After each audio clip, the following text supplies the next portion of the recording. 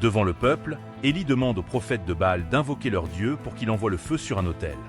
Malgré leurs prières et leurs rituels frénétiques, rien ne se produit. Élie, quant à lui, prie simplement Yahweh, et le feu descend du ciel, consommant non seulement le sacrifice, mais aussi l'autel et l'eau versée autour de celui-ci. Cet événement dramatique entraîne la reconnaissance temporaire par le peuple que Yahweh est Dieu. C'est une démonstration spectaculaire de la puissance de la prière et de la fidélité divine. Après cet exploit, Élie monte sur le mont Carmel pour prier en vue de la fin de la sécheresse. Il persévère dans la prière jusqu'à ce qu'un petit nuage apparaisse à l'horizon, annonçant la pluie. Ce moment révèle l'importance de la persistance et de la foi dans la prière. Bien qu'Élie ait agi avec une autorité divine éclatante, il reste profondément humain, comme en témoigne l'épisode qui suit.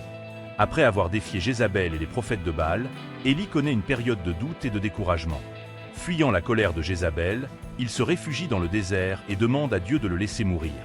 Mais Dieu répond à sa détresse avec compassion, lui fournissant nourriture et repos, puis lui révélant sa présence dans le murmure doux et léger sur le mont Horeb. Cet épisode illustre que la prière n'est pas seulement un moyen d'accomplir des miracles, mais aussi une source de réconfort et de renouvellement spirituel dans les moments de faiblesse. Enfin, Élie est emporté au ciel dans un tourbillon accompagné d'un char de feu, un événement unique qui témoigne de son intimité particulière avec Dieu. Son départ marque la transition vers une nouvelle phase de l'histoire prophétique, avec Élisée comme successeur.